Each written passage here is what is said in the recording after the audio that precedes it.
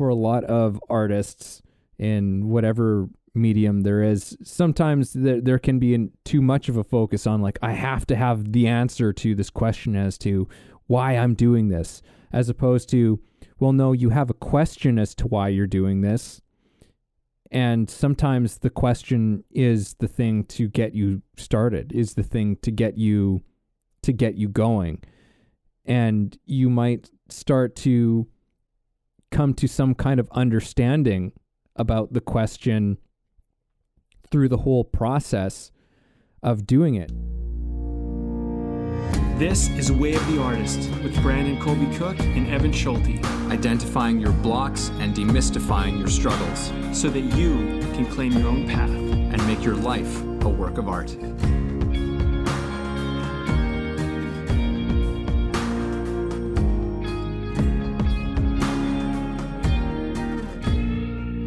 All right, people.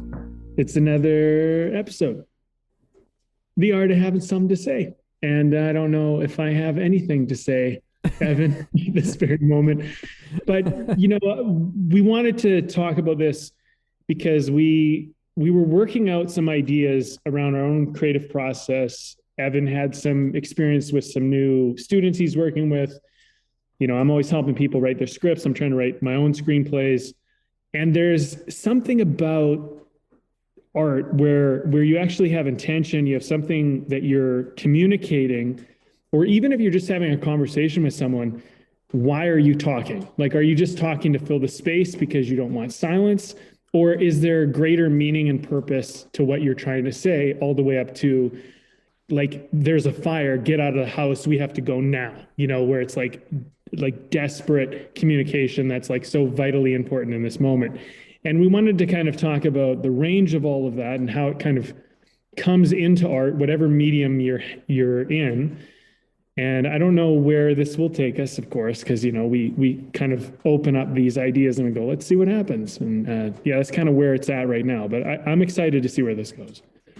Yeah, it's I think that there's a couple of different angles to look at this one because, you know, there is this one aspect of it of having an intention behind what you're doing. Like, there's a reason, there's a purpose, and that's really important in a lot of situations. But I think that there's also situations where it isn't so important, and it's actually important that it isn't important.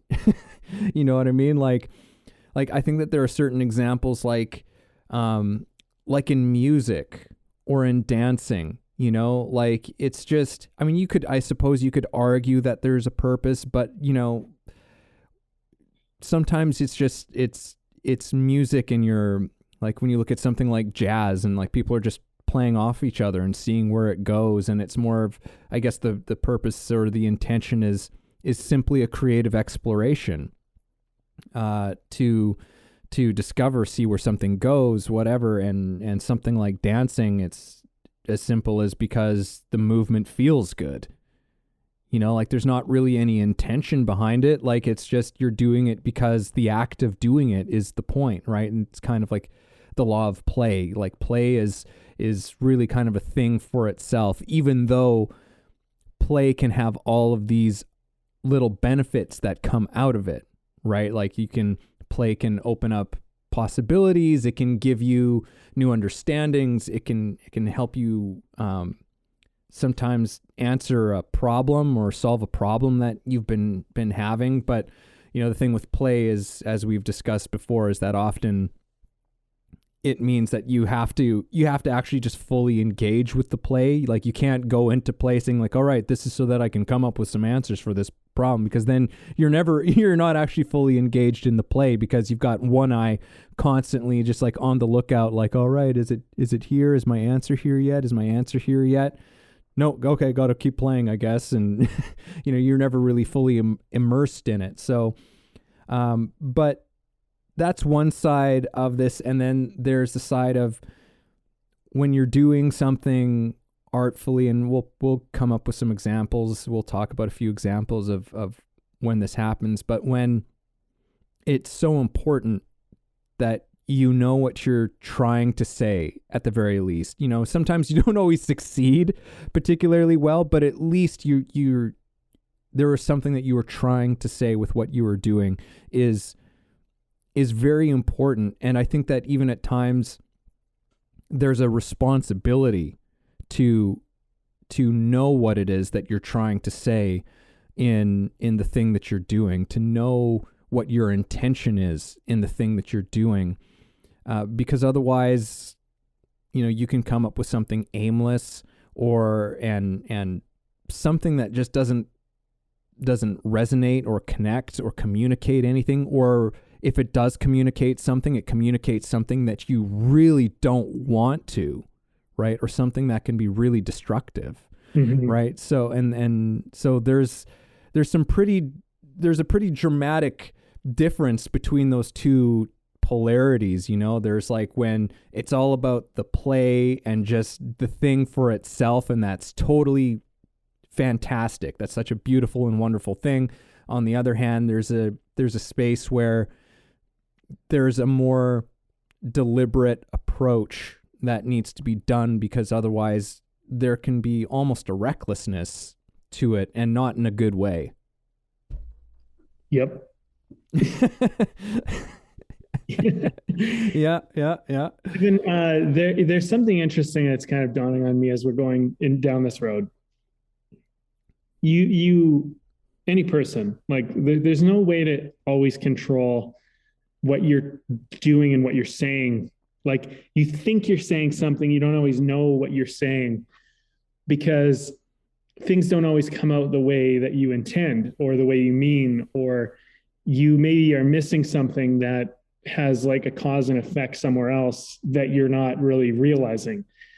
And I think for the artist, there's a vulnerability in everything you create, right? Like if you're really trying to do something and you really think, oh, hey, I'm trying to tell this story and this is what it means, and this is what it's about, or whatever, or this is what this song is saying, it doesn't necessarily mean that that's how people will interpret it. And I think as you become a more masterful artist and a more aware artist, you begin to understand what you've said when you haven't intended to say it. And I think that's an important part of this conversation, is that like the new artist, they're not always aware of what they're giving away, and they're not always aware of what their message in their work is conveying. And sometimes they don't even think they have a message, but lo and behold, you look at it from a different point of view and you go, oh, that's what this is saying. And that can be humbling, and it can be a very vulnerable thing. And I think there's a part of the artistic process, I guess, where you just have to kind of do your best, go like, okay, well, this is what I'm trying to do. And then you go and you do it. And then you're going to see what kind of comes out of that. And it's going to be enlightening to you. And sometimes you're not going to like what it enlightens you about. I mean, sometimes you're going to see something maybe about the work, or maybe even about yourself, that you're like, oof, I don't like that. You know what I mean? But this can be a good thing. And I think this is part of the learning process. I think ultimately, though, for all of our listeners, one of our goals, Evan and I have had for ourselves, but also for you guys, is like encouraging and inspiring you to be that masterful artist, that artist who's aware of what they're doing and understands their craft so well and knows how they're communicating, what they're communicating, and they're not in denial about if they're communicating something different than they intended. They're aware, and they can kind of, you can kind of pick it up and go, oh, I see what I've done here. Do I really want to say this? Maybe not. Let me revise. Or, hey, what a happy accident. Look at this. I actually had a discovery I didn't realize was there. Yeah, I think that that's always a part of the creative process as well, is that, leaving room for some mystery. Like, you come into something, it's like, okay, well, this is what my intention is. This is what I'm trying to do. And sometimes the creative process takes you for a ride, and you realize that it's, this is actually about something else. I just didn't realize that. But you become aware of that, and then now you are engaging it from a new place. But even just in what you're saying as well, part of the funny thing about this too is that when you look at particularly like writers, in any sort of field, I would say that probably the most, we'll go with music because that's the one that most people would be most accessible to or whatever. And you often hear this circulate, someone puts out a song or whatever and it becomes popular. But you listen to music from your favorite artist and you go, oh, I wonder what they were talking about or who they were talking about with this song, and people have all of these guesses and ideas about, what it's about, what they think it's about. And the thing is that it could be totally wrong. And you hear lots of artists talk about this where they get a little bit cheeky about it when people start asking them about, well, what did you mean? What was the song about? And it's just like, well, I don't really want to tell you necessarily, not just because maybe it's something that talking directly about is just too private for them, but also because for some people, like, I don't want to take away your experience of it and what it means to you, because obviously it has a certain kind of a meaning to you. And if I tell you it's not about that, like that might ruin some of the song for you, right? So it's part of this, also this interesting problem in creating things and in art where you don't know how the person who's receiving it is going to perceive it, right? You know what you were doing in the making of it, but as there was this, one of my favorite quotes around this, and this doesn't just pertain to writing, but he was like this French literary scholar who said, the birth of the reader comes at the death of the author. And that's just kind of a part of when you put your thing out there, is that now it's going through other people's eyes. But I like to think, and I hope that I'm not being naive about this, but I think that maybe people don't get the intention that you had, but they are picking up on an intention, right? There's a quality that begins to become imbued in what you're doing that takes on a bit of a life of its own. And that can mean different things to different people. But it's still important, because otherwise you don't spark that life within it, and you don't spark that life within the person who is the audience to it anymore, right? So it's like, I don't think that it's, even though what your original intention might get lost, there is still an intention that is received from the other person. Intention, spitballing here. It's such a big part of the whole artistic process. I mean, I remember one time you shared that there are certain people that just think intention doesn't matter. And I mean, it just makes my jaw drop to think that anybody could even consider that intention doesn't matter. Like, intention is everything, because you can cause damage in this world, but if your intention was good, it's understandable, because sometimes the damage that happens is an unexpected thing that sometimes is a byproduct of trying to do something good. And the best people in the world have done bad things with good intentions. There's that famous saying, the road to hell is paved with good intentions. It's true. Sometimes we think we're helping something and we're actually hurting it. We don't always know, but it's important that you look at your intention and you consider it. And also that you don't put too much weight on your intention at the same time, where you don't go like, I know what's best for everybody. I know what everybody needs to hear and do and whatever. And I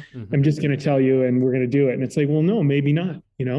Alan Watts has this very awesome speech where he talks about how they were learning gene editing and stuff like that. And they were like, well, what kind of people should we develop if we could alter their genes and create them? And he says, well, whatever you do, don't create a bunch of people basically the way you think they should be created, because that's, under a false perspective of what you think the best type of human being is. And, there could be a given situation where someone who doesn't seem very important right now is vital, to some other situation. So I think intention does matter, but also at the same time, I do think there is a certain amount of like, your intentions need a humility where you can kind of go in, especially as an artist. I mean, but I guess really in anything, but especially as an artist, because you need to go in with the idea that like, okay, I'm telling this story, or I'm painting this painting, I'm writing this song, and this is what it means, and this is what I'm saying. But if you discover that it says something different and it means something different, and when all the things come together, it's different than what you intended on, you need to be perceptive enough to go, look what I've done here. You know what I mean? And sometimes you have to be willing to like just kind of, I don't know, like just recognize that you put your foot in your mouth a little bit. You know what I mean? Like you just kind of did the wrong thing, said the wrong thing, even though you didn't mean to. But also at the same time, and one last thing I'll say about this is like, if someone has bad intent, I think that matters because, you know, someone might inadvertently do something good, but they have bad intent. And it's not like that intent should be forgotten. You know what I mean? Like it matters. Like, and if you have bad intent and you don't recognize that you have bad intent and you get away because you had bad intent, but something good happened out of it inadvertently, you should still acknowledge the fact that you had bad intent. Like that matters. It's not like that went away, you know, and the person you are, you always have to live with that person, and the person you are always knows. They always know your intent. You might be able to fool other people about it, but your intent, you actually have to live with it. And you might think that you got away with it, but you never get away with anything. It's always hidden in your internal world, always. And it goes with you for the rest of your life until you make peace with it. Yeah. That reminds me of a chapter from The Laws of Spirit by Dan Millman, and the law of integrity, where, you know, I think it was from that book at least, but anyhow, it was definitely Dan Millman. And it was like, you know, most of us, we grew up, and whenever we did something wrong, you know, very often there was somebody there was a parent, there was a figure there to point us out, hey, you did something wrong there, right? But eventually at some point, you know, there are things that you do that you know are wrong, but nobody saw it, right? But ultimately you are always the person, you always saw it. Yeah. You always are the one. And so sometimes, you know, and he was talking a bit about consequences there too, because sometimes it's like, oh, somebody would see that you did something wrong, so you had a consequence. So there was this sort of feeling of often of closure, right? In the times that we've done something bad, right? But then there are times when nobody saw it and there's no consequences, right? And so we carry this shit around with us, right? It's like, oh, I did that, right? And so, which is a bit more of a mess, in some regards. But there was something in what you were saying there.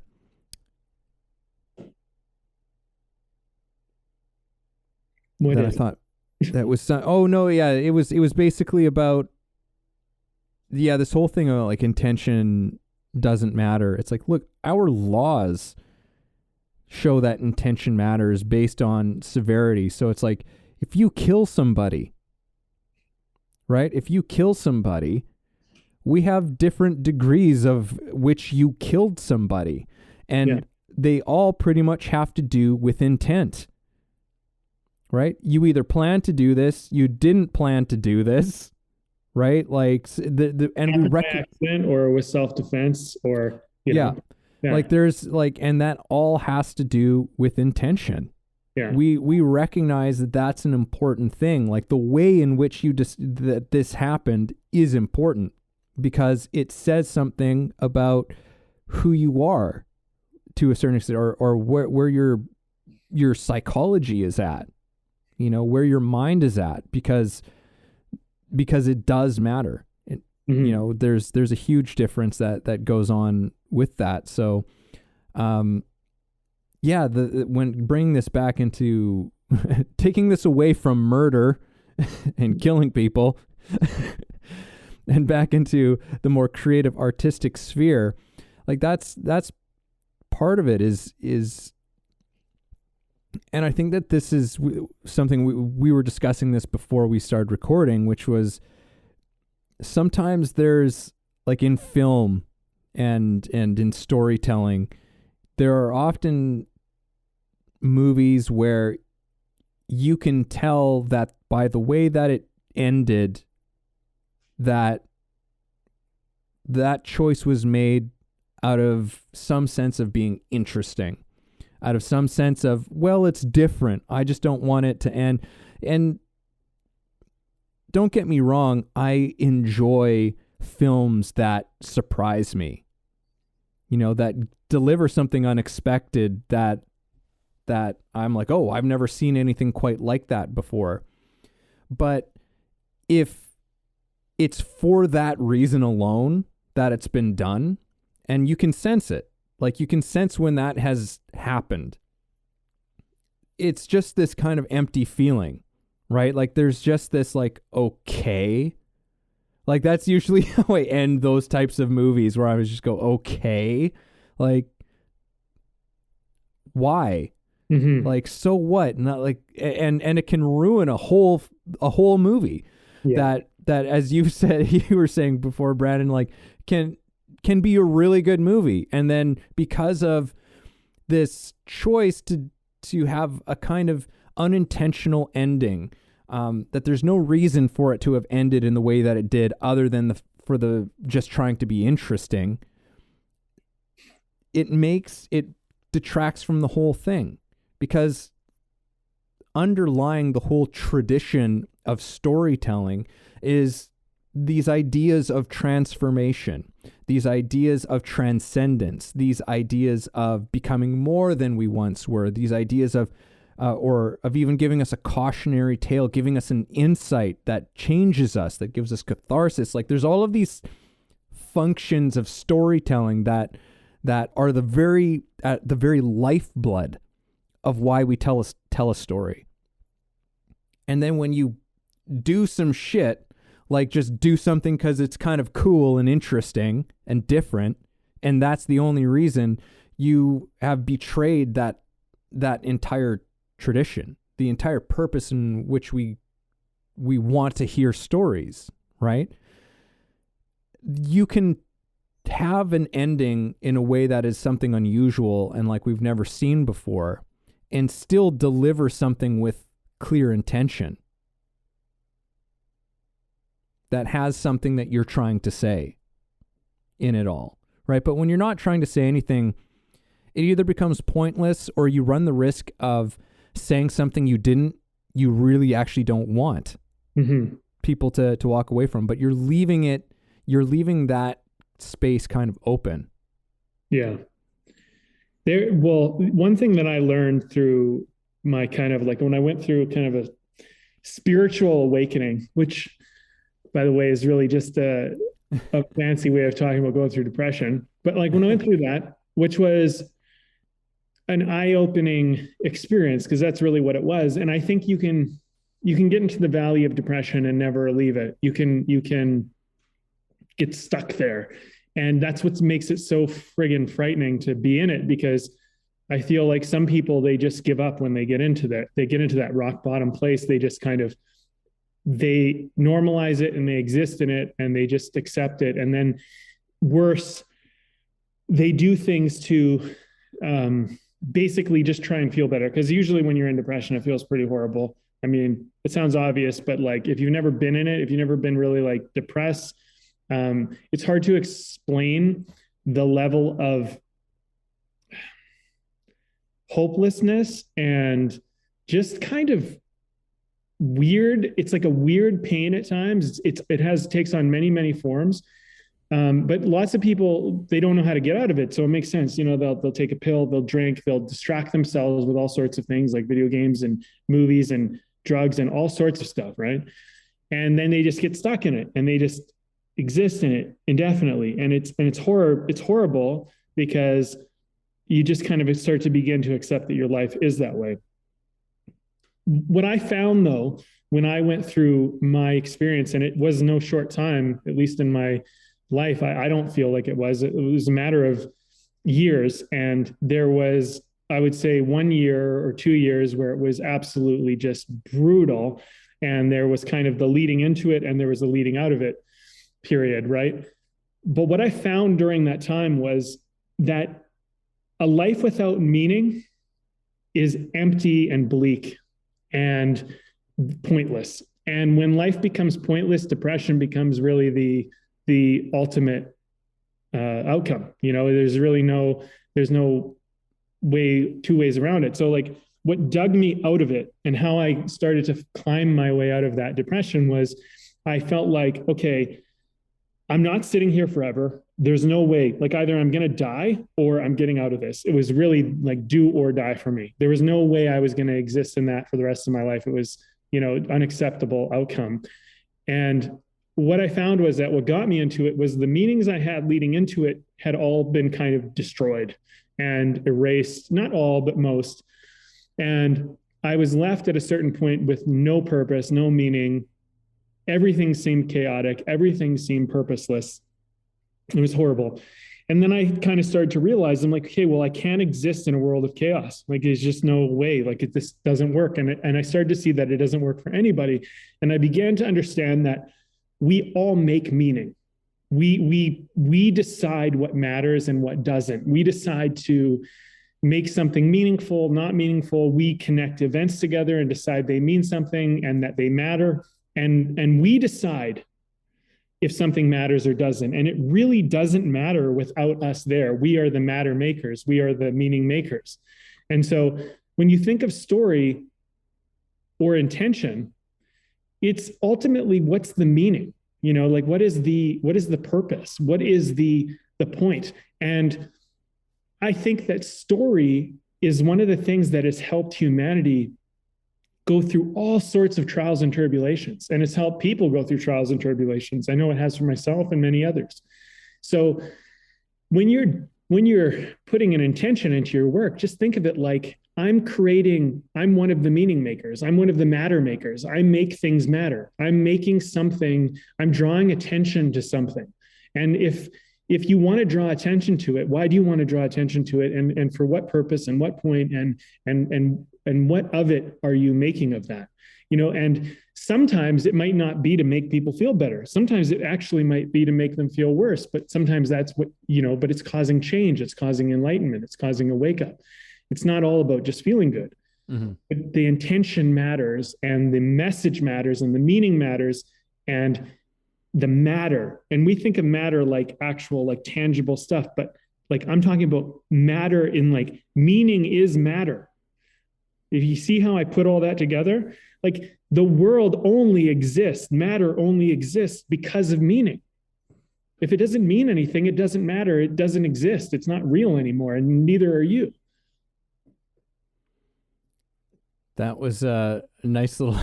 I was like wrapping my head around that one. We're like, okay, I think I follow that. Yeah. And it's interesting that this has taken a turn into this thing of meaning, although I suppose it shouldn't be that surprising. I think of the fantastic book, Man's Search for Meaning by Viktor Frankl. One of the passages from that I remember just slapping me across the face was that, like, and I'm paraphrasing here, but it was like the problem that human beings face isn't that the world is meaningless. The problem that we face is that the world is so unconditionally meaningful to a level beyond what we can comprehend. Which is like, so I guess in many ways it's like, well, show us what you have found. Yeah. Like that's kind of like the artist, like show us the meaning that you have found. Right? Maybe that helps somebody else find meaning in a meaningful way. Right? Because the thing is with meaning and with story, as we've talked about in our talks about the law of story and meaning, which we've essentially boiled down, like they're kind of the same thing. Story and meaning are, story creates meaning and vice versa, that kind of thing, right? But you can use that completely against yourself too, right? Like you can make things meaningful in a way that's not not beneficial to anybody, Totally. including yourself, right? So I think that's having something to say, and maybe this is where this conversation also steers into having something to say as a responsibility as well. I think there's that. I think that plays into it. And I think for a lot of artists, they, especially younger artists, I think it's kind of a drag.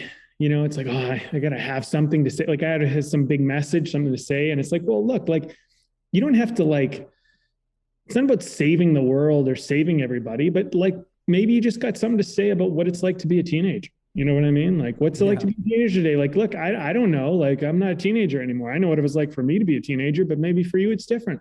And maybe your experience and maybe the place you grew up in, the city and all that stuff. And maybe there's a movie just in that, or a painting or a song just in that. I don't know, whatever your medium is. And I think also, like, we've been talking about the importance of meaning, but also sometimes things don't mean as much as you make them. And that's an important thing to be aware of too. Sometimes things just don't matter that much. Like, the problems I had in high school are so minuscule compared to the adult challenges I faced. But like, at the time, they were very important and they meant a lot to me. So it's relative to some degree, like what matters to you at what times in your life. Sometimes they don't matter that much later on. Like, sometimes, like, if you've had for example, if you say you're very, like, materialistic, right? Maybe you don't identify as materialistic, you don't see yourself that way, but, like, let's just say you are and you don't know. There could be a time where you start to realize, is like, did I really need to buy all those shoes and those pants and those, those clothes and all that stuff that I did and whatever it was? And you're like, what was I trying to do?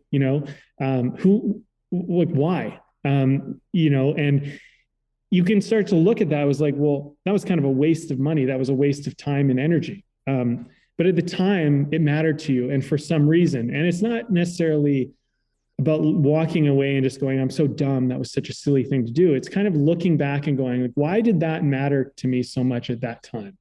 Why did I care about that stuff? And maybe I don't care about it now. And if you can kind of get some perspective on that, there might be something in the art that you're doing, or the way you're communicating, that can kind of express these awarenesses that you've had. We're not born with these kind of perfectly enlightened awarenesses about ourselves, others, and the world. Those are things we have to discover as we go through this life. It's a matter of, is it something that we can kind of just work out as we go, and I think that's a part of the awareness game. You just got to kind of figure it out. Yeah. And asking questions, like you just brought in questions there. It's like, okay, well, why was that important to me then? Why is this not important to me now? Like, these are important things. These are very mindful, aware things that you can ask yourself, and which is very much part of being an artist, and it doesn't necessarily mean that you have to have some sort of concrete answer to that. And in fact, I would say that for a lot of artists in whatever medium there is, sometimes there can be too much of a focus on, like, I have to have the answer to this question as to why I'm doing this, as opposed to, well, no, you have a question as to why you're doing this. And sometimes the question is the thing to get you started, is the thing to get you going. And you might start to come to some kind of understanding about the question through the whole process of doing it. But yeah, like that's when you're creating something, like, okay, well, why am I doing this? Why am I wanting to say this? Why am I wanting to communicate this message, and why now? This reminds me a little bit of when we had our old acting teacher, Ted Whittall, on the show. and he was talking about how the text, so like the actual text of a play or a movie has no meaning outside of the performance, which is like a pretty is a pretty insane thing to say in many ways. But like you brought up a fascinating case for the whole thing, and I'm inclined to agree with him. And it wasn't just him saying it. It was this very smart scholar and head of, I can't remember the name, but I think he was from Duke University. He's like one of the leading scholars of dramatic text in the world or something like that. But that there's no meaning outside of its performance, and no meaning outside of where and when it's being performed. And as Ted brought up, the sort of great director and pioneer of modern acting, Stanislavski, would say to his theater company, whenever they were looking at doing some play or bringing back some play, and he would say, well, why this and why now? Right. And then as Ted sort of elaborated on it, it's like, and not just why this and why now, but why in this place. So like, why are we performing a play that came from Sweden in the 1890s in a theater in Cleveland, Ohio, like in a small community, like, or just some other place in the world in a different time? Why are we doing this now? Right? Because it might not be the same reason that it was being done at the time. And why would we want to do it for the reason that it was being done at that time? Unless we're trying to peer into some kind of a time capsule. But no, we have to ask that question because we need to go, what is its meaning now? Right? Like, what are we trying to say with this now? What's the reason? Because it's not good enough. It's like, oh, well, it's a classic, right? It's like, no. That's not what this is about. That's not what storytelling is about. We need to find the meaning of this, and why we as a company, as a group, have decided that this is worth pulling up again, sharing again, and doing here for our community, and because the meaning of it can change. Like it can, which is one of the fascinating things that goes back into like that sort of how people perceive and interpret something, but how the same text, how Shakespeare is still performed all over the world today, and that you can still find new meaning in it. You can still perform Lear or Macbeth for a different reason than it was at the time. Mm-hmm. And it still contains elements that support the meaning that you see in it now. Those Shakespearean plays, they carry with them so many great messages. And so it makes sense why those things continually get brought back up and over again. I mean, there's transcendent wisdoms that were carried through in those stories. And even if people are like, well, Shakespeare didn't really come up with those, you could took whatever, it doesn't really matter. I mean, look, man, everything's taken from somewhere. Everything. It's all just borrowed, and some people like to say it's stolen, but it's like, I mean, whatever it really the work is proof of itself, like whatever you think outside of it, the work is incredible. Hey everybody, this is Evan, and this episode is brought to you by my book.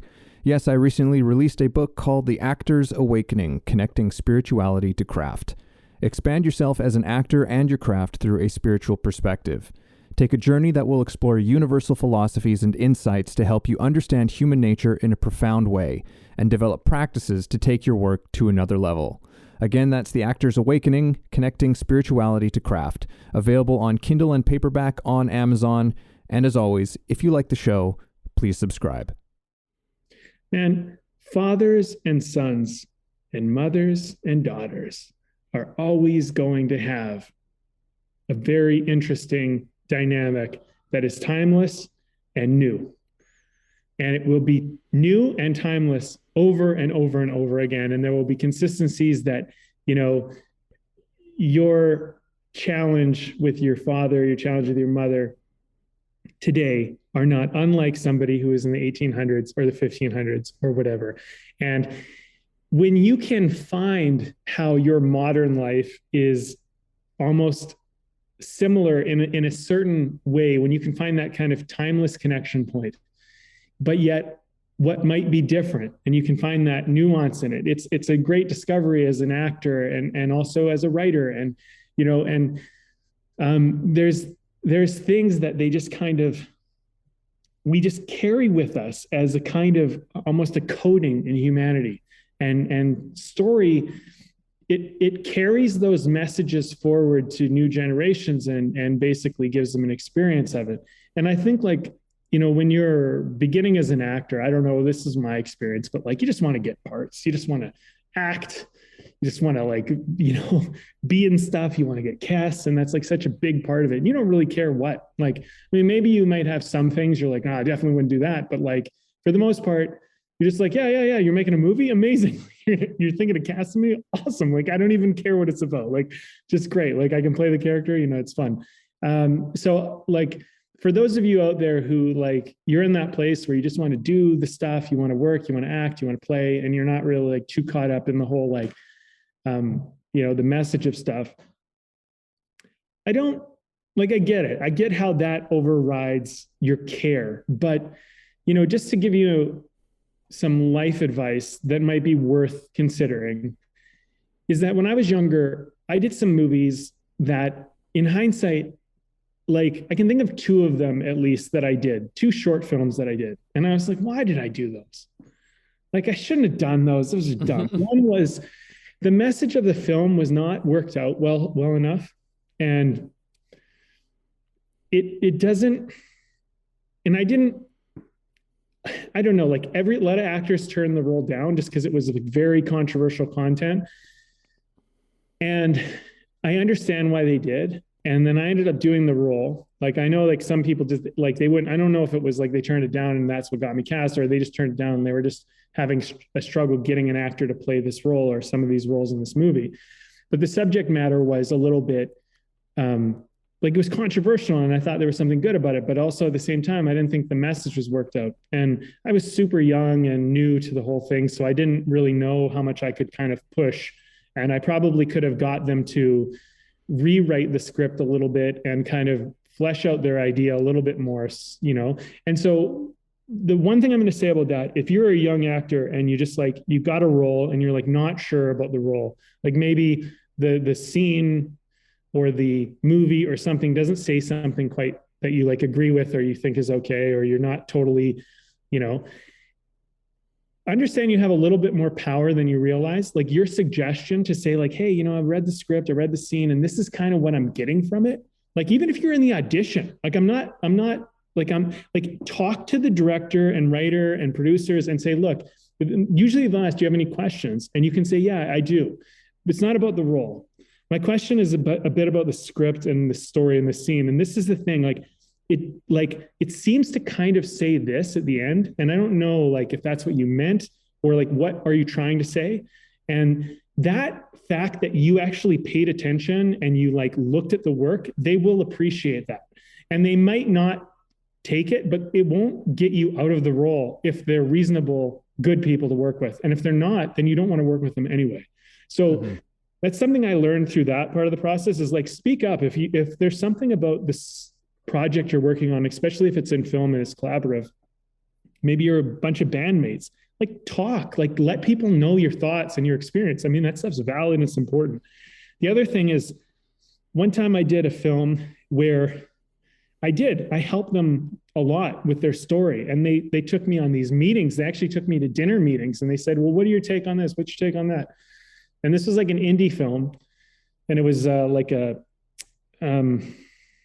it was a Japanese funded film or whatever. And I was like, there was a bunch of concerns I had about it. And then they would take me to dinner and they would talk to me, and they'd be like, they, like, begged me to do the role. And it's nice when you're an actor to like be begged to do a role. You're like, oh, this feels so good. Like they want me, they like me. And in my heart and in my gut, I knew that it was like there's something wrong. Like this wasn't right. Like I should walk away. And I didn't. And when I got the final film back, it was not put together well. And it's like, it's really bad. And it's not so much like, I'm actually not upset with my performance, but like, for example, they didn't sync my audio to my voice properly. So I look like a bad kung fu fighter. It's like just stuff, Yeah. right? Just stuff that I just knew they didn't have together. You know what I mean? And so like, my other thing is like, as you're working on your art and you maybe just want to act and you want to do this stuff, like, don't count yourself out. Like, if you have a bad feeling about something or something doesn't seem right, or it doesn't seem like it's going to be meaningful work for you, don't do it. Like, don't do that to yourself. Don't cheapen your art. Don't cheapen your work. And I get it, especially for the actors. Like, sometimes it's just feels so good to get a role or to get the opportunity to get an audition even. Mm-hmm. I get that you really are just trying to break in and trying to get some work and trying to move your career forward. But you will actually have more success, in my opinion, if you are more critical and you have more meaning and depth with your work. Like, come in with a little intention about what you're doing. It doesn't matter.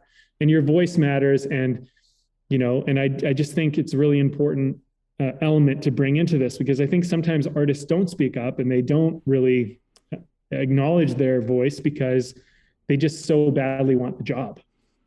Yeah, like I can relate to that a lot, particularly earlier in my career. It's like and I understand not everybody's like this, but I'm a person who was like this and probably still am to a few degrees. But as an actor, yeah, I was always afraid to ask questions.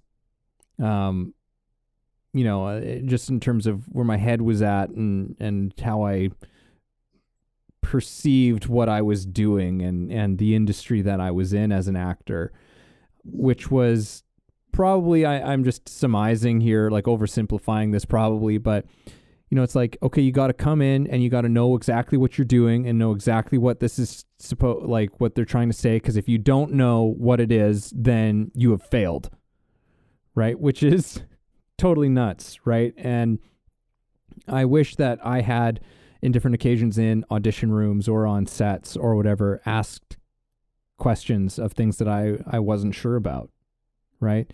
Because the thing is, it's like, there's some idea that like, oh, these people will think that I'm stupid, or these people will, will be offended in some way.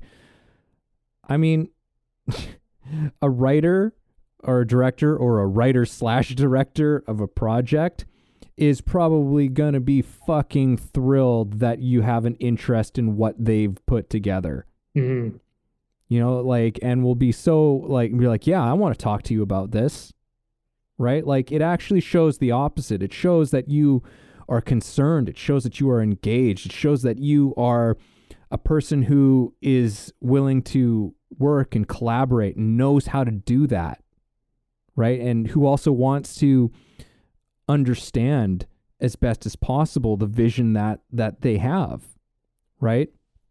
So it's something that I wish I had done, but yeah, like that kind of engagement of asking other people the question, because especially when you're in a collaborative type of environment, and it's not necessarily in acting or anything like that, but anytime you find yourself in a creative collaborative environment, like, when ask questions of the people who are, behind it, the people who are sort of leading or spearheading what's going on, very often people are going to be nothing but happy to engage in that with you, to really like dive in. It's like, all right, well, this is really what we're trying to do. Oh, okay. All right. And then you're brought into that whole process, right? Like, there's nothing bad that comes out of it. And I mean, and if anything does, like you said, Like asking a simple, innocent question like that,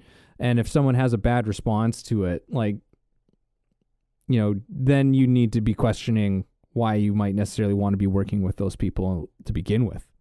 I think it really does all come down to intention, because, you get these actors, they come in and they ask questions just to try to be in the room longer, to try and talk, and they're not good questions. And like, from a filmmaker producer point of view, being behind the table, like that's kind of just like a waste of time. Like if you're just like, people can pick up on your intention more than you realize, but if you have a genuine curiosity about the script, like, especially if I'm the writer and I'm in the room, the director and the producer will turn to you and go like, what do you think?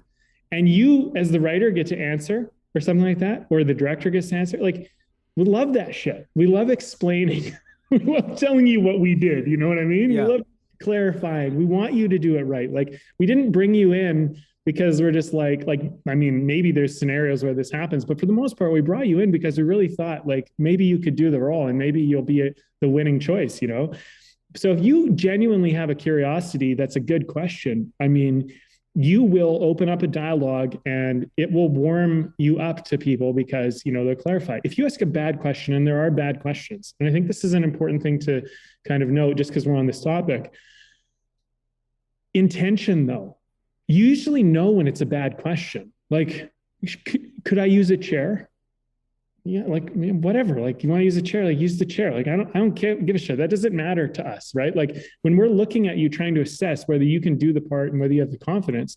Like, if you need a chair, take a chair. You know what I mean? Like, that's not a good question. But like, if you're trying to understand, like it's not like you might say, like, look, I read the script, I read the scene, or I read whatever, and it's not totally clear to me what the relationship between these two people are. It seems like this. Am I right? Or is it something else? Then the person who's behind there, maybe even the casting director, maybe they'll go, well, okay, well, we don't really know. Okay, well, look, I'm gonna play it this way. I'm gonna go with it this way, and I can go with it that way if it makes sense. And if you really feel like that's gonna alter your performance and change some things, like, can you imagine, here's just an example. You get a scene, great scene, seems really awesome. Guy and a girl talking, whatever. And, it's like, okay, they got good banter, they're funny, whatever. And then you're like, I'm going to play it kind of like, I'm trying to get laid. Turns out it's your sister, and it's weird. And like, you didn't know that, you know what I mean? And that wasn't somehow explicit, you know what I mean? And you tried to make this choice. And then everybody's kind of like, what the hell? Right? Like, you know what I mean? Like, if there's some like kind of confusion about a relationship or it doesn't seem clear, you might want to clarify that. I don't know. I'm just kind of giving you an example of where you could like walk into something the wrong way. But I think the point is like, come in with intention, and if your intention is not like, if your intention is to be interesting, like, I'm just talking to actors really, because this is kind of what we're talking about. But like, if your intention is to ask questions, to be interesting, that's not going to work. And it might work with some people, but like, that's not really going to help you. If your intention is to come in and connect about the work and get clarity and figure out how to like open some doors or even help them to make it better, because if you're of service, then you're gonna create something, and intention really does matter. So it's like, before you ask a question or before you do something, like really check in, like, well, why am I doing this? Am I doing it just to talk? Am I doing it just to fill a space, to fill the room? Or am I doing it because I'm actually trying to be of service, to make something better, to maybe help me, but maybe help you? A word that's popping up to my head with all of this is also being genuine. Because it's not like there's intention, which matters, but it's also, there's this element of like, is it genuine? Because that's another quality in the things that you do that shines through on some level. I think whenever you come in with something that's really genuine, like what you were saying, even in simply having a question of a director when you're coming into an audition room, or the writer and when you're auditioning or something. Like, we can pick up on if it's something genuine or not, versus something that's just like, oh, you're trying to appear really clever or something like that. It's like, there's a difference between it's like, oh, that's a really genuine question. You know, you're really attempting to do something. It's coming from a real, true place within you, which is the hallmark of great art. You know, there's something genuine about it, even though you can't really, that's one of those things that I don't think that can really be articulated. Not ever fully. Whenever something real comes out of an artist and into their craft and into their art form, you know, like, there's people who will spend lots of time trying to articulate it and describe it, and you know, and that's their own art form to a certain extent. You know, people who play with words and people who try to understand and describe the indescribable. You know, that's a whole art form in and of itself. That's basically what poetry is. Poetry is trying to describe what is indescribable, in an emotional way, and something that lights you up, right? That's the art of poetry, right? But it's and then in many ways, and which is funny, I know I'm kind of going off on a tangent here, but then I'm like, yeah, and then you read a great piece of poetry, and it not only like touches you about the thing that it's talking about, but sometimes the poetry itself does something to you that's kind of indescribable, which is a fascinating thing. But that always comes from a genuine place. That comes from someone being able to somehow translate what is real and honest and true and authentic in them into what they're doing in some way. And as human beings, there's a part of us that recognizes that. And there's a part of us that really, truly respects it. You know, whether we necessarily agree with what the intention is, if we agree with what the message or the meaning of it is or not, we can still connect with something that is genuine. Mm-hmm. Yeah, you know, there's something I heard when I was younger, which was the best people ask the best questions. That's kind of been ringing around in my head for a little bit here. And, you know, it's true, because like, asking questions is such a good thing to do. But there are bad questions. There are dumb questions. There are inappropriate questions. There are questions that are, they're just poorly timed and poorly placed. And maybe in certain contexts they're good, but in other contexts they're not. You know, and I think when you get real with yourself, right? When you don't try to do anything that's, like, if you looked at the world this way, this is something I would tell my younger self. Look at the world as though everything that you intend to do, people can see that like they're looking through like clean glass. They can see everything inside you, and they can see every intention you have right now. If they could see it, if you do something, they can see it. Would you do it? And if you don't like what they would see in your intention, then maybe don't do it. And if you do like what they would see in your intention, then do it. And if you put yourself through that kind of critical thought, like critical process, you would have much better questions, much better actions, much better intentions in all you did. Like, for example, if I ever catch myself today being like, I want to be liked, I go, like, I'm about to say something to like be liked. And you know what? Honestly, every once in a while I will slip up.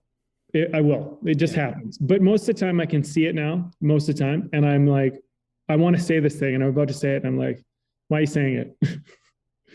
Well, I think they'll think I'm smart. Don't say it. That's a dumb reason to say it. That's not a good reason. That's you saying that you're not smart. Why do you have to prove to them you're smart? Right?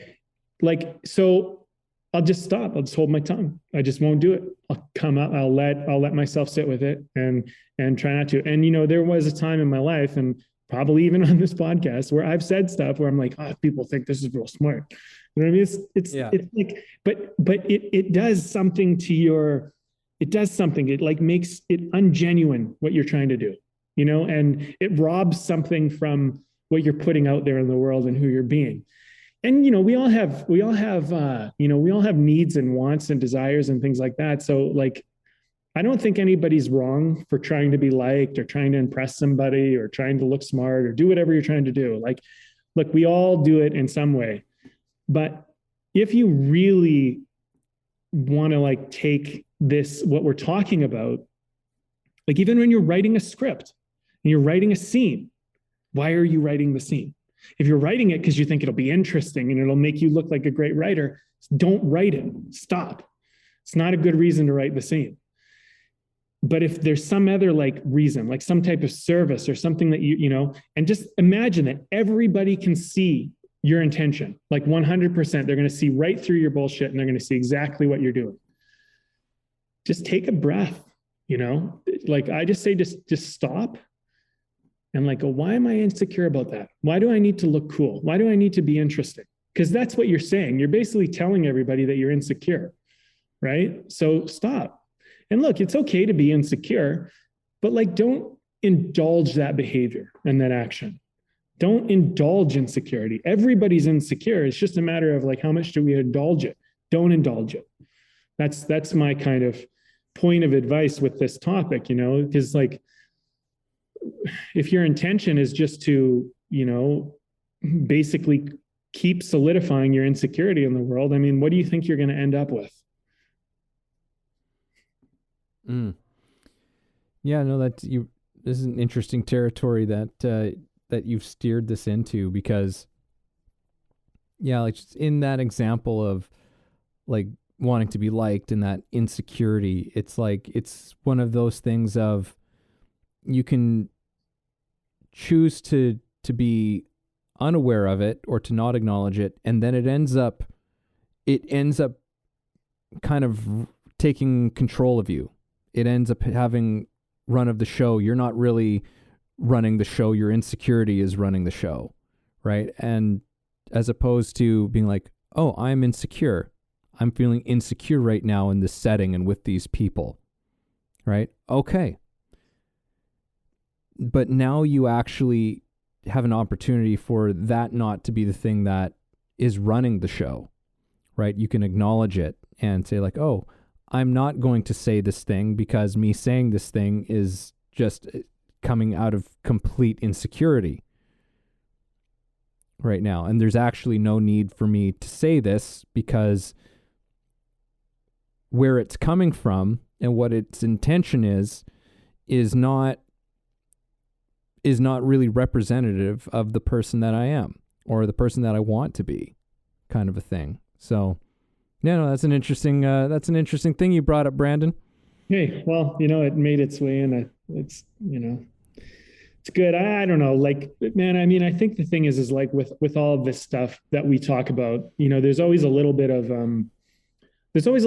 reflection upon, you know, our careers and my career specifically for myself. And it's like, well, what would I tell myself, you know, in my younger years? Like, and, you know, I always try to look at it in terms of like, man, if we just learned a couple just basic things, like, and it's not so much that we need to know a lot of information, but just we understood a little bit about the way we go about stuff, you know, like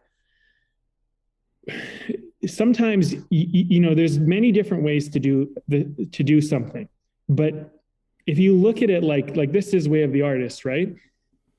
It's not always, I say this to writers, it's not the best way. It's not the best way necessarily, but it's the best you got right now. And if you have better options, you can find better ways. But sometimes you have to choose bad options before you can find better options. But I look at it in terms of like, if you just so happen to be listening to this podcast and this is relevant to you, maybe this gives you a better way to go about it. I'm not saying it's the best, but it might be a better way than the way you're doing it. And you might be shooting yourself in the foot by making decisions out of insecurity constantly. And you don't know why. Why am I always so insecure? Why am I coming off as insecure? Why do people not really listen to me or answer my questions or give me attention or really seem to want to involve me?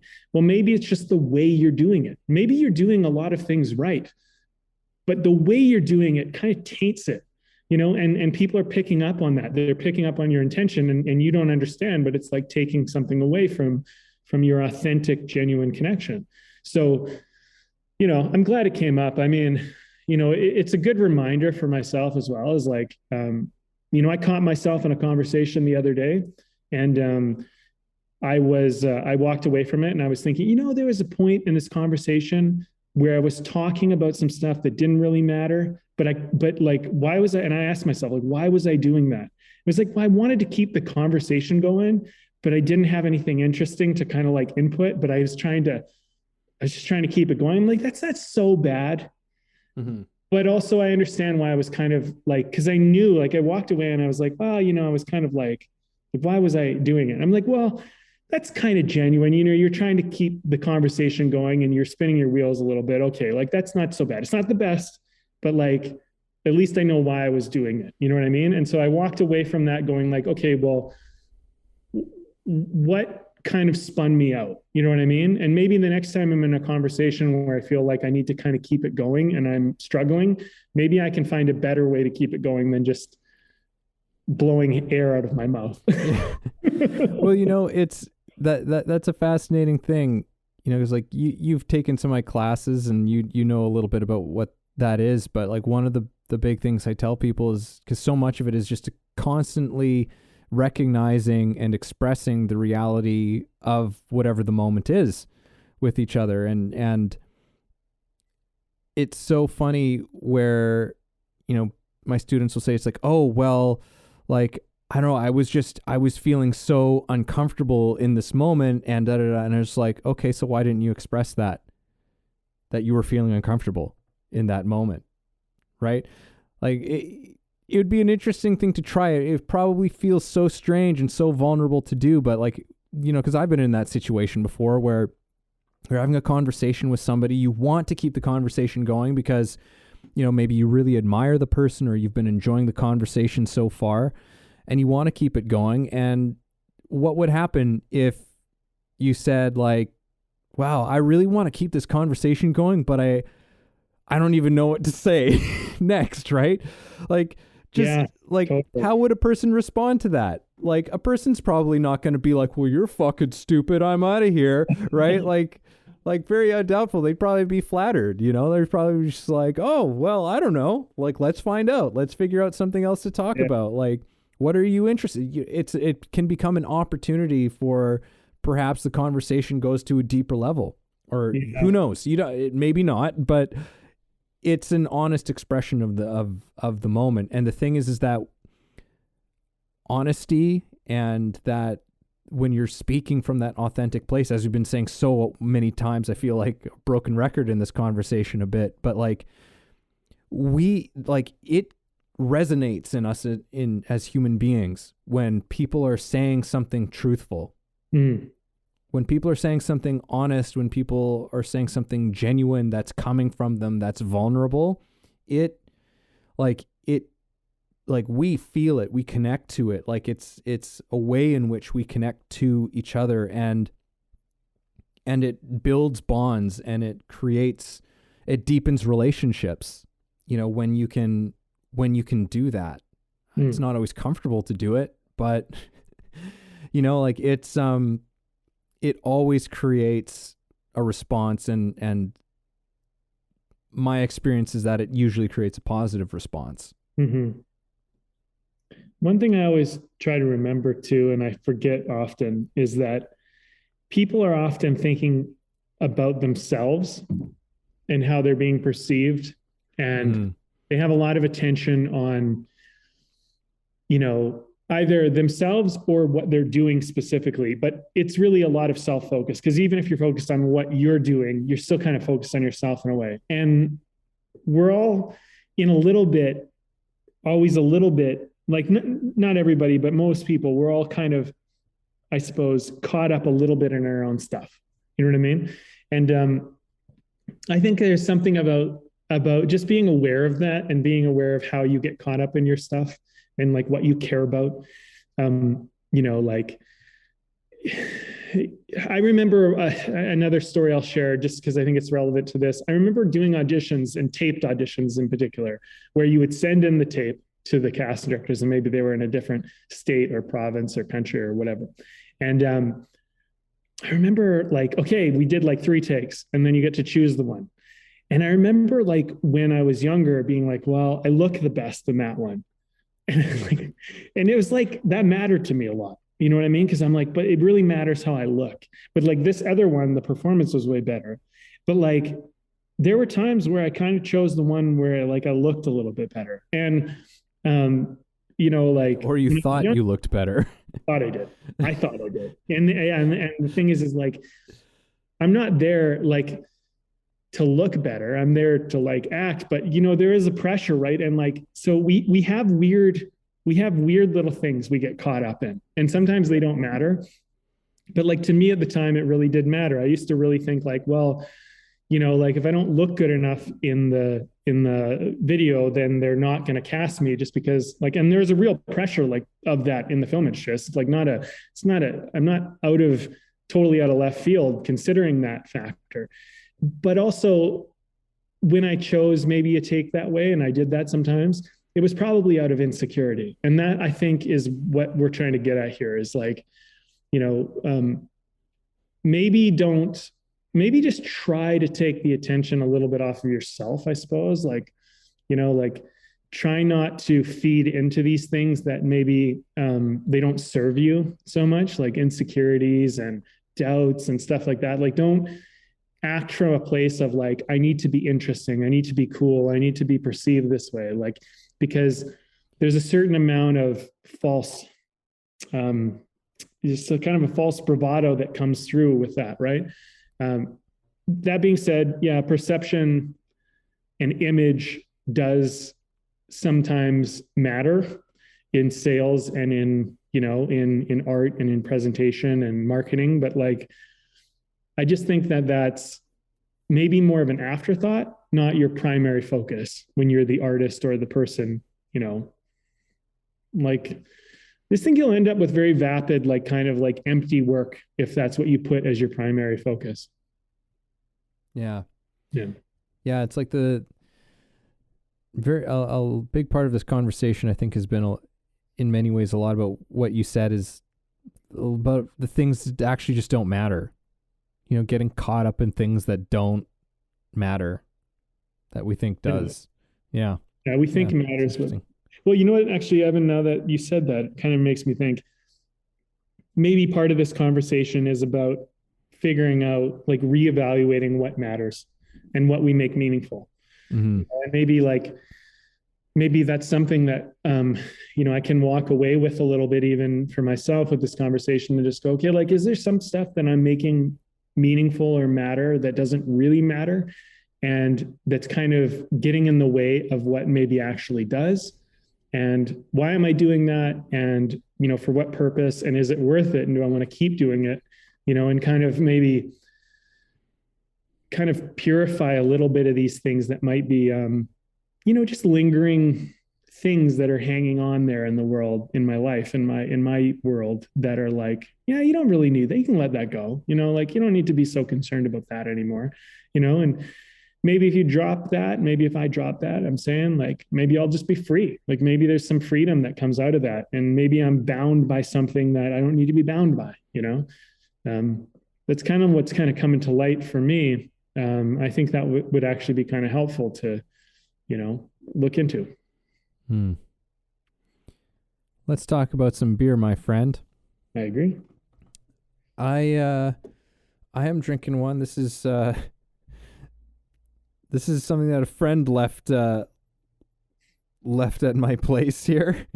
So I was like, oh, okay, well, this has got to get drank sooner or later. Especially because it's a winter seasonal ale. And I'm like, here I am, like, ready for like springtime, but This is called the Grinch. It's called the Grinch from the North Shore Brewing Company. Oh yeah, Bridge Brewing Company. Yeah, of course, I know who these guys are. It's strong beer, 6.5%, and it's good. It's got lots of flavor. It's like a dark porter stout-ish kind of a deal. My first sip was not my favorite, and then it's been just it just kind of opened up after a while. So it's I've got no qualms with this one. Right on. Okay, well, I'm having another one from the Grizzly Paw Brewing Company in Canmore, Alberta. This one's called the Beaver Tail Raspberry Ale. And yeah, it's really tasty. It's a really good beer. I'm always a little bit hesitant with these kind of like raspberry beers because sometimes I find them to be a little tart or like sour or something. But when they get it right, they get it right. And I feel like with this one, they did. They kind of just infused the ale with just enough raspberry where you kind of get that nice little sweet taste, but you still have a beer. It's not gone full fruity, like, you're into like some type of dessert thing, or some type of sour even. But no, it's good. It's been good. I mean, I've done a nice run with this brewery doing 4 beers in a row from them, and they've done really well. All their beers have been pretty solid for the 4 that I chose out of their mix.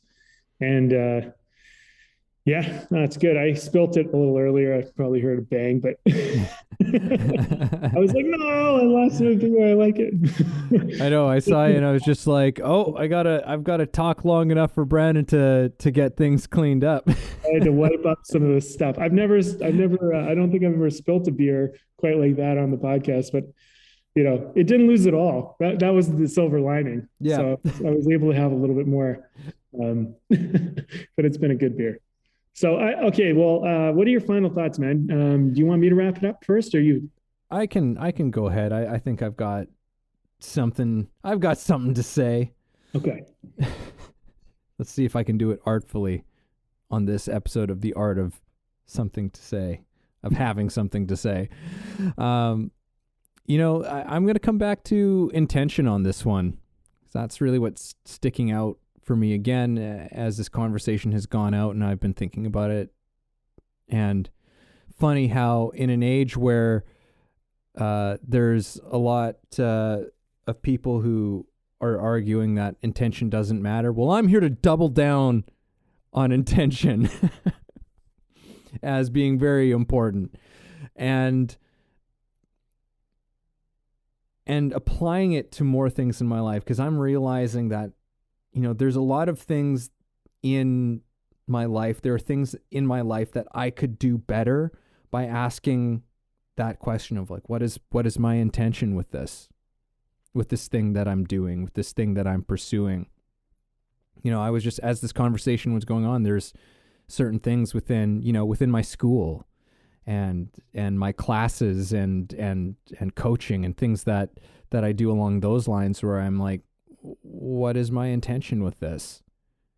Right. And suddenly I'm just like, oh, I don't know if I've ever asked that question. I've asked a lot of other questions, like in terms of like, okay, like, what is this, what is the goal of this class? What is the,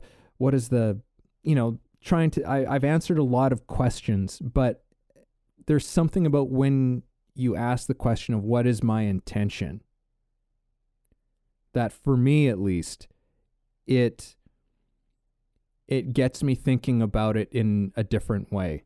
It helps me to actually get to the heart of what I'm trying to actually do. It helps me to understand that better. So, my takeaway from this is like, and it's one of our laws, it's one of our laws. And I'm always reminded of just like, oh yeah, don't forget how powerful these things are, how powerful intention is, because it can open things up. It can grant new perspectives on what you're doing. It can help you deepen your relationship with whatever you want to sort of apply this idea of intention to. So that's my takeaway with this is like, connect with the intention of whatever you're trying to do, and not just that, but what your genuine intention is. Not an idea of what sounds like a good intention. No. You're not trying to please anybody with this. Right? Don't try to please anybody with your intention. Your intention is for you. It's for you to know. How other people respond to it is their business, right? Like, you can't necessarily control how people are going to respond to your intention, but you have to know. You're the only one who will know what that is. No one else can tell you what your genuine intention is around something. Only you can actually answer that for yourself. So, I think engaging with that and is a terrific way to develop a deeper relationship to what we're doing in the world and even who we are. I think that you brought up kind of the most important point of this whole conversation, which, intention, it really does matter. And I think we've had a few conversations kind of, throwing around this whole idea of intention and how it plays into art and just life and all of that. And I mean, I think it's safe to say if you've listened to any of that, you've probably come to the same point that, like, intention does matter. It's not just something that you just kind of go like, well, it doesn't matter. Like, all it matters is like the thing that was done. It's like, first of all, the problem with that is it assumes that we are flawless, and none of us are. We're all flawed. We all make mistakes, and we sometimes cause damages we don't intend to. And sometimes, the opposite occurs. But I think where I want to kind of finish on my side of it is, you've kind of pointed out the importance of intention. Like you go in with good intention, and action counts, and one of the things in screenwriting, that's a really important part of a story is the inciting incident and what I call the turning point. And the inciting incident is the event that occurs, which is outside of the character's control and outside of their, it's outside of their normal world, which essentially incites action. But it doesn't actually cause action. It incites it. It creates the necessity for action to occur. And then the turning point is when the character actually does something. And I was describing it to some students the other day as they were working on this part in their screenplays. And I was saying this turning point is the decision in action. And once this decision of your character occurs, they take an action, and that forever turns their life story from a certain way into another thing. And that is the body of your story. That is your story in action, but it comes after that decision is made. And if that decision doesn't happen, then the character is a passive element to the story, therefore not character-driven story. It's a plot-driven story, and there's something missing, right? So what I was kind of encouraging them to do is to find the point where your character begins to be the person who actually is driving the story. In spite of the craziness that might be going on in their world, they are taking charge, they are doing it. And so when I think about this conversation, you can have all the best intentions in the world, but decision and action really does matter too. And your intention is only real and actualized when you decide to do something, and you only decide, you might think you decided, but you only decide once an action is taken. You can go, oh, I'm going to go to this school. You didn't decide until you go to that school. You have to actually do it. So just to further this conversation, you can have all the best intentions in the world, and you can start to like revise all your intentions and get really clear on all that and whatever. But look, at some point you got to step into the arena, you got to get into the reality, you got to do it. And what you're going to find is sometimes you have a great intention, but reality is not so accepting. Like you are vulnerable with someone and they insult you as opposed to be welcome to you. And like, well, I heard on the, Way of the Artist podcast, they said, why not just be honest? And that didn't work. And it's like, well, you know what? Sometimes being honest and vulnerable is not always the best choice with some people or some situations. And you learn sometimes by making mistakes. Your intention was good. You tried to open up, you tried to like break down a barrier. It didn't work. It doesn't mean that you were wrong. It just didn't work. And, I think sometimes good intention doesn't always work. And that's the thing I want to leave you guys with is like, don't expect it to work 100%. You can be 100% good about your intention. Your intentions only matter if you take action, but just know that not all your actions will always work 100%, even though your intention is good.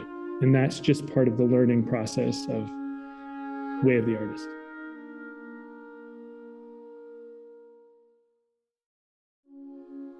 Thank you for listening in on our conversation today. We hope you found something helpful that you can carry forward with you. Head over to our website, wayoftheartist.com, for more free exclusive material and learn about the show. If you haven't already, please support us by subscribing to the show, sharing it with people you know, and keeping compassionate, creative conversation going.